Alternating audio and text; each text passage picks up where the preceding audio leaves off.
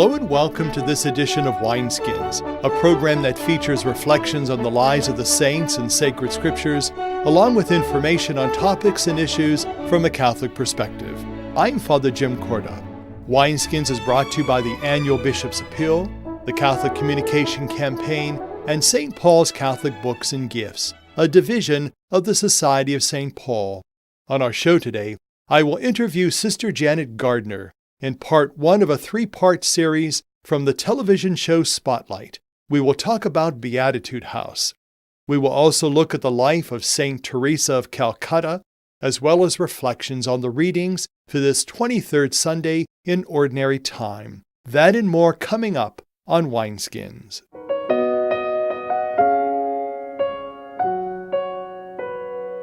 In our current issue segment, Dave Schmidt will share some information from the Office of Family and Pro-Life for the Diocese of Youngstown. We're immersed in another presidential election year, and the topic of abortion is once more being hotly debated. One of the political parties adopted a platform that is very pro-life in regards to the lives of unborn children. But another political party's platform has become staunchly pro-abortion, going so far as to call for the repeal of the Hyde Amendment, which prevents taxpayer funds from being used to pay for abortion. Thus, they're forcing those who object to abortion to contribute to what they believe would be government-funded killing.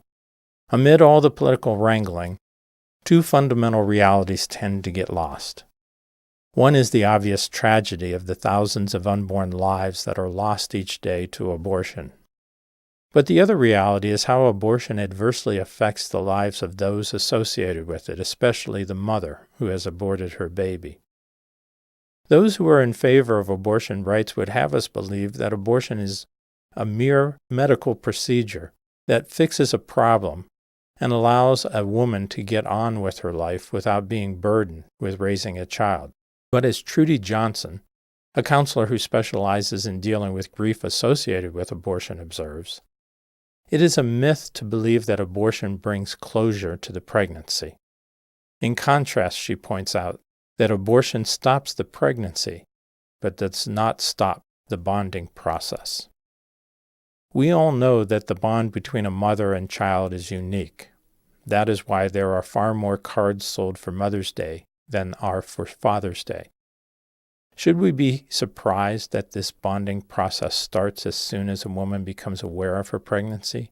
Even the woman who does not want the pregnancy, who does not want the child, is already forming a bond with her unborn child nonetheless. This is why after having an abortion, many women seek reconciliation with the baby that they have lost. It is reported that nearly 1 out of 3 women of childbearing age has had an abortion. This means that in our society there are millions of women hurting as a result of abortion. Tragically, their hurt is not recognized and most often denied by themselves. Why? Because in a society such as ours, where abortion is legal and generally socially accepted, a woman isn't supposed to be hurt by abortion. Think about it. If a woman is suffering as a result of having an abortion, who can she talk to? She's reluctant to reveal her hurt to those she knows who are against abortion out of fear of being judged and condemned, thus adding to her angst. And she's hesitant to share her feelings with those who favor abortion rights because they may dismiss her feelings as unjustified and may tell her just to get over it and put it all behind her. This is why church ministries such as Project Rachel are so important. Project Rachel is the Catholic Church's ministry to those who have been involved in abortion. It is a diocesan-based network of specially trained priests, religious counselors, and laypersons who provide a team response of care for those suffering in the aftermath of abortion. In addition to referring for sacramental reconciliation, the ministry provides an integrated network of services including pastoral counseling, spiritual direction, support groups, retreats, and referrals to licensed mental health professionals. During this year of mercy called for by Pope Francis, a special committee in the Catholic Diocese of Youngstown has been working hard to reinvigorate Project Rachel in Northeast Ohio. They have identified priests and counselors who have the requisite skills and training that make them adept in helping those suffering the complicated grief that often results from an abortion. Likewise, they have been identifying and researching post-abortive ministries that already exist in many communities, most often through pregnancy support centers. They've set up a toll-free number and an email address whereby persons can access the services offered throughout our diocese. Promotional materials describing Project Rachel and the services it provides are being mailed to all pastors and parishes throughout the Diocese of Youngstown, and information should soon be appearing in parish bulletins. Please help us to share the word about Project Rachel. If you know of someone who is suffering as the result of having an abortion, assure them that the Church cares and wants to help them. Give them Project Rachel's toll-free number, which is 888-259-4806. Again, that number is 888-259-4806. Or for more information, contact the Diocese of Youngstown's Office of Pro-Life, Marriage, and Family Life. For Wineskins, this is Dave Schmidt. Tomorrow, the Church celebrates the feast of Saint Mother Teresa of Calcutta. To tell us more is Jim Kravanik. He is from St. Michael Church in Canfield. Born on August 26, 1910 to Albanian parents in what is now Macedonia, Agnes was the youngest of the 3 children who survived. For a time, the family lived comfortably, and her father's construction business thrived. During her years in public school, Agnes participated in a Catholic sodality and showed a strong interest in the foreign missions. At age 18, she entered the Loreto Sisters in Dublin. It was 1928 when she said goodbye to her mother for the final time and made her way to a new land and a new life. The following year, she was sent to the Loreto Novitiate in India. There she chose the name Teresa and prepared for a life of service. She was assigned to a high school for girls in Calcutta, where she taught history and geography to the daughters of the wealthy. But she could not escape the realities around her, the poverty, the suffering, the overwhelming numbers of destitute people. In 1946, while riding a train to make a retreat, Sister Teresa heard what later she explained as a call within a call. The message was clear. I was to leave the convent and help the poor while living among them. She also heard a call to give up her life with the Sisters of Loreto and instead to follow Christ into the slums to serve him among the poorest of the poor. After receiving permission to leave Loreto, establish a new community, and undertake her new work, she took a nursing course for several months. She returned to Calcutta, where she lived in the slums and opened a school for poor children. Dressed in a white sari and sandals, the ordinary dress of an Indian woman, she soon began getting to know her neighbors, especially the poor and sick, and getting to know their needs through visits. The work was exhausting, but she was not alone for long. Volunteers who came to join her in the work, some of them former students, became the core of the Missionaries of Charity. Others helped by donating food, clothing, supplies, and the use of buildings. In 1952, the city of Calcutta gave Mother Teresa a former hostel which became a home for the dying and the destitute. As the order expanded, services were also offered to orphans, abandoned children, alcoholics, the aging, and street people. For the next 4 decades, Mother Teresa worked tirelessly on behalf of the street people. Her love knew no bounds. She crossed the globe pleading for support and inviting others to see the face of Jesus in the poorest of the poor. In 1979, she was awarded the Nobel Peace Prize. On September 5, 1997, God called her home. Mother Teresa of Calcutta, the tiny woman recognized throughout the world for her work among the poorest of the poor, was beatified October 19, 2003. Among those present were hundreds of Missionaries of Charity, the order she founded in 1950 as a diocesan religious community. Today, the congregation also includes contemplative sisters and brothers and an order of priests. Speaking in a strained voice at the Beatification Mass, St. Pope John Paul II declared her blessed, prompting waves of applause before the 300,000 pilgrims in St. Peter's Square. In his homily read by an aide for the aging Pope, the Holy Father called Mother Teresa one of the most relevant personalities of our age and an icon of the Good Samaritan. Her life, he said, was a bold proclamation of the gospel. Mother Teresa's beatification just over 6 years after her death was part of an expedited process put into effect by St. Pope John Paul II. Like so many others around the world, he found her love for the Eucharist, for prayer, and for the poor a model for all to emulate. She was canonized on September the 4th, 2016. For Wineskins, I'm Jim Krevnick. Welcome to this edition of Spotlight. I'm Father Jim Corda. Today we're talking about Beatitude House. And joining us in our discussion is Sister Janet Gardner, who is the Executive Director of Beatitude House. And Sister, it's always nice to have you on the show to share the wonderful things that are going on at Beatitude House. So thank you. Good things are happening. It's good to be here. Good. Let's give a little history again for the folks that are with us. I'm sure that many people know about Beatitude House, but for those few that don't, give us a little background. It is an interesting history, and it started in a very simple manner. Sister Margaret Sheets, an Ursuline sister of Youngstown, math teacher at Ursuline High School at the time, was finishing up her own studies and was watching a TV movie, God Bless the Child, about a young woman who found herself moving into poverty. One thing happened after another. She ended up in a shelter. She couldn't stay there long. She had to go to another shelter. She tried to get a job and didn't have transportation. She lost that. It was one thing after another, and she finally found herself on the street with her young daughter.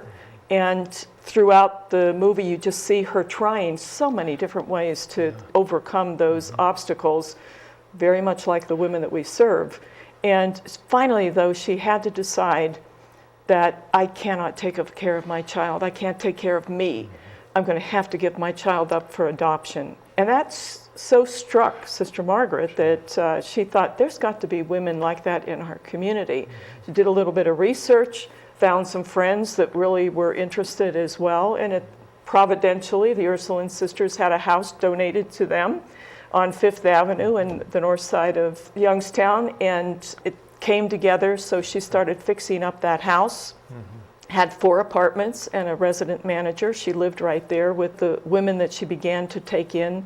She would interview them. She really wanted to better the lives of these women.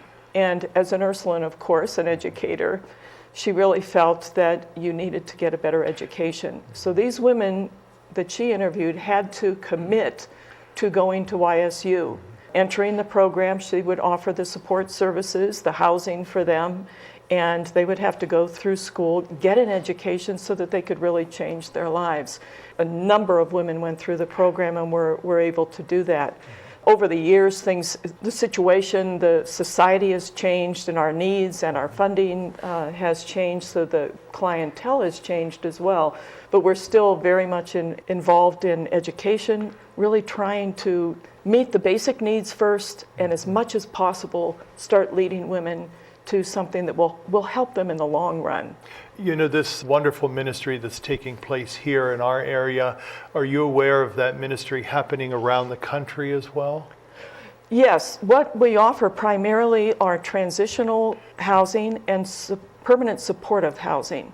The transitional housing is we just serve women and children. There are other throughout the country that will serve other groups of people. They need to be literally homeless. They're coming from the street or from a shelter. They're not on somebody's couch, really precariously, ready for homelessness. They need to be literally homeless. We can take them in for a period of 6, 8, 12 months at our transitional housing, and we work with them through that time to move towards permanent housing. We also have permanent supportive housing. Primarily in Mahoning County here, this is housing for women with children who have a disability. Either the woman, and normally it is the woman, or her child has a disability. So it is supportive housing to allow them to remain independent. And these women can stay with us for as long as they need that help. If they find that at some point they don't need the support anymore, in terms of the case management and the services that we offer, but still need the financial help, we try to move them into housing vouchers, public housing, subsidized housing. And I think we'll talk a little bit more later on in our show about the funding, but that's really a crucial element, isn't it? Because, while it's supported by the Ursulines, it's really funded by people who are watching, who are listening, Yes, yeah. and that's important. And why is that important in our community to give our treasure to something like that? Well, our community is giving their treasure in several ways. First of all, their taxes, because some of the money that we get, actually almost 50% of the money that we have for this housing program is from HUD, from state funds, some city funds in some cases. So half of it is that, but the other half has to come from the community, from foundations, and from individuals.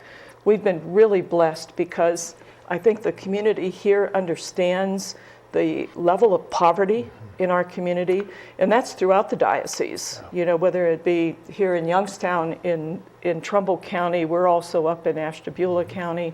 Columbiana is the same thing. The level of poverty is so high, there really needs to be a sense of the community helping one another. And we've found that particularly the churches, Catholic, Protestant, the Jewish community as well, have really helped us in many ways, whether it's direct donations, whether it's getting food and clothing, a drive for us, whether it's coming out and doing some volunteer work at one of our sites. It is so important, and it's important for our women. Our case managers, we have one in Youngstown that will tell the women, now look up there at this mission statement. These sisters and the community here are helping you to have this house, to have a place to stay, to have these support services. We're trying to help you. Hopefully you'll take advantage of that, and they really do. It's amazing the appreciation that we have from the women and children that we serve. I think it's so touching how this all began, because I knew Sister Peggy very well, and her drive and just this vision that she had to start this, that you have come on to really continue to move this in the right direction.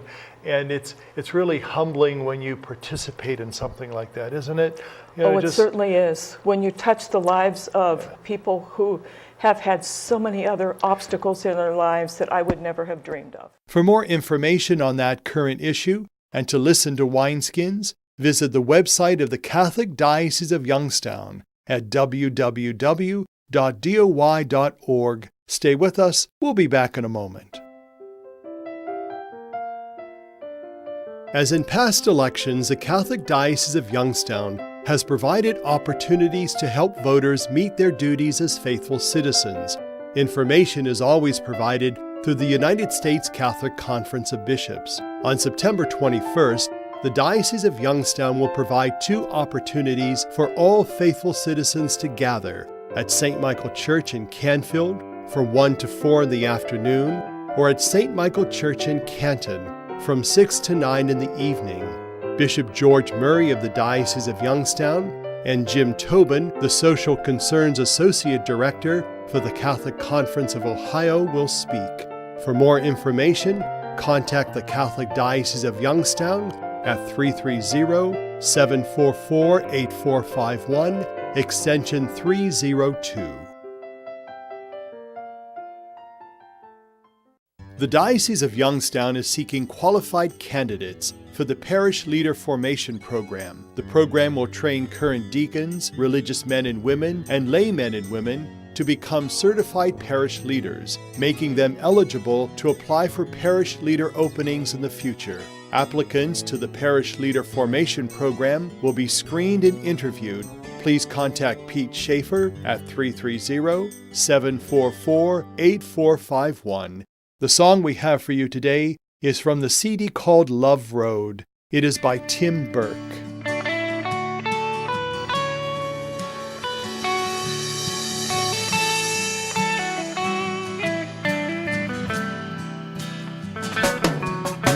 I see the light, it shines so bright above the lives of everyone, and comes from God's creative Son. And now that He has let us see It's up to us to carry on and strengthen those who may fall down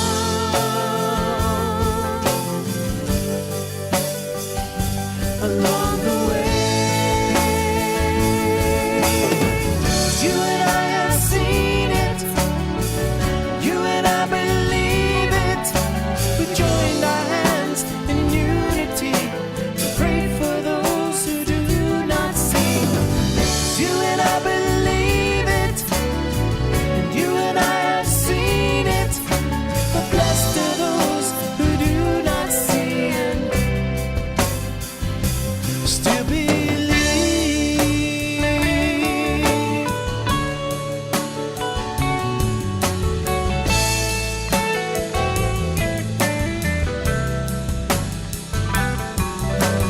In a world of hate, we rely on faith to carry us along the way, strengthen us day by day. And in this fight, wrong and right, it's up to us to carry on and strengthen those who may fall down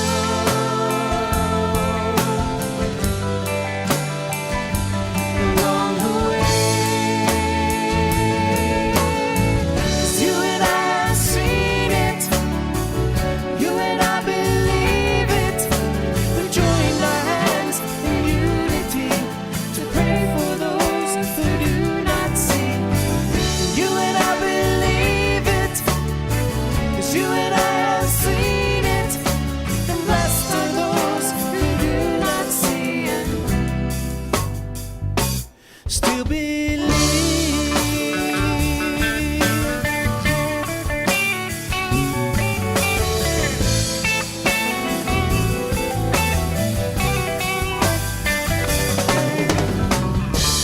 Now that He has let us see, it's up to us to carry on and strengthen those who may fall down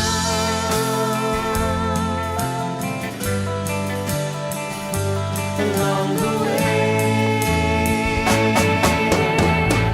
You and I have seen it, you and I believe it.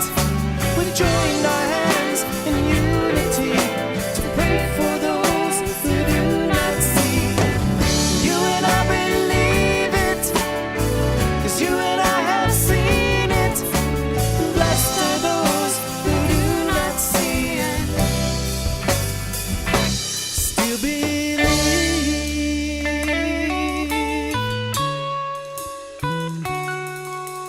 Blessed are those who do not see and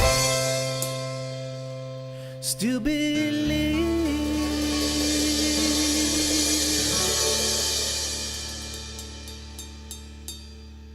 And to tell us about the scriptures for this 23rd Sunday in Ordinary Time is Father Larry Frent. He is pastor of St. Louis Church in Louisville. What attracted people to Jesus when he walked among people?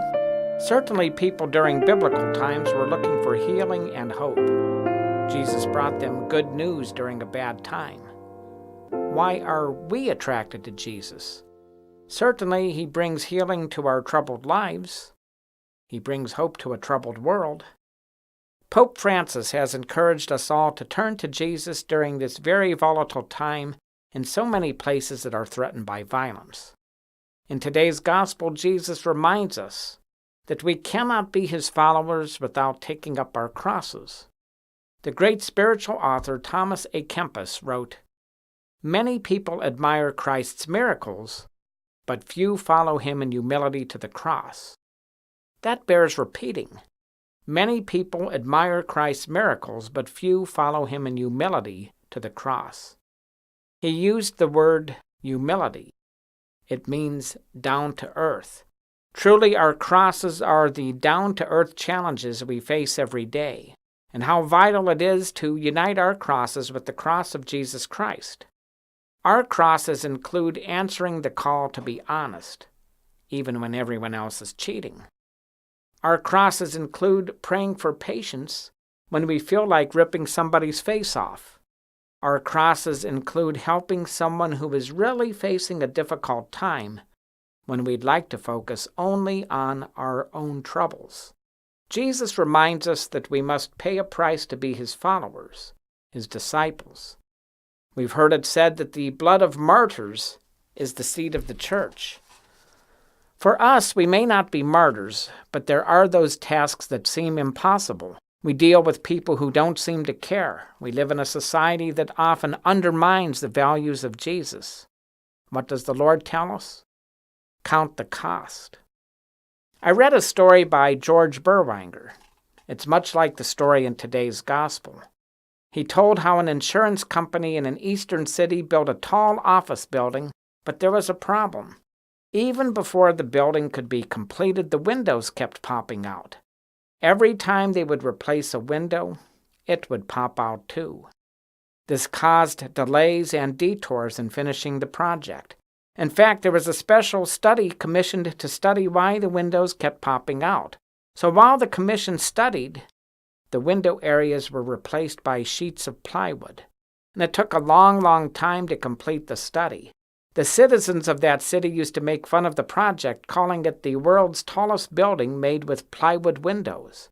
All of us need to constantly count the cost of following Jesus, as he tells us in today's gospel. What are the delays and the detours that keep us from embracing the number one call of our lives? The Lord gives us a solid foundation. He feeds us with the gift of his word and the gift of his very self. Do we love him above all else? In today's gospel, you heard the word hate, as in we must hate others if we are to follow the Lord. But actually, the Aramaic word here means to prefer less. We must prefer no one and nothing more than we prefer Jesus. Why? Because he is the source of all love that blesses our lives. Jesus brings us healing and hope, promises to be with us always. Are we mindful of the truth that we are never alone? He is with us as we make him our number one priority in a world that ignores him all too often. He is with us as we strive to carry our crosses. He walks with us every step of the way when life challenges us to pay the price of following him. For Wineskins, I'm Father Larry Frent. The goal in life is not to win, but to finish. We all at times hit the proverbial wall of life's journey. We are all marked with the pain of the cross in the race of life. In difficult times, let the Lord be your strength, and fix your mind on the finish line of faithfulness and truth until we come to the end, when we can say with Jesus, "It is finished." Wineskins is made possible through the annual Bishop's Appeal, the Catholic Communication Campaign, and St. Paul's Catholic Books and Gifts. The program is produced by CTNY, the Catholic Telecommunications Network of Youngstown. I'm Father Jim Corda, saying thank you for being with us. Have a blessed week and a safe holiday.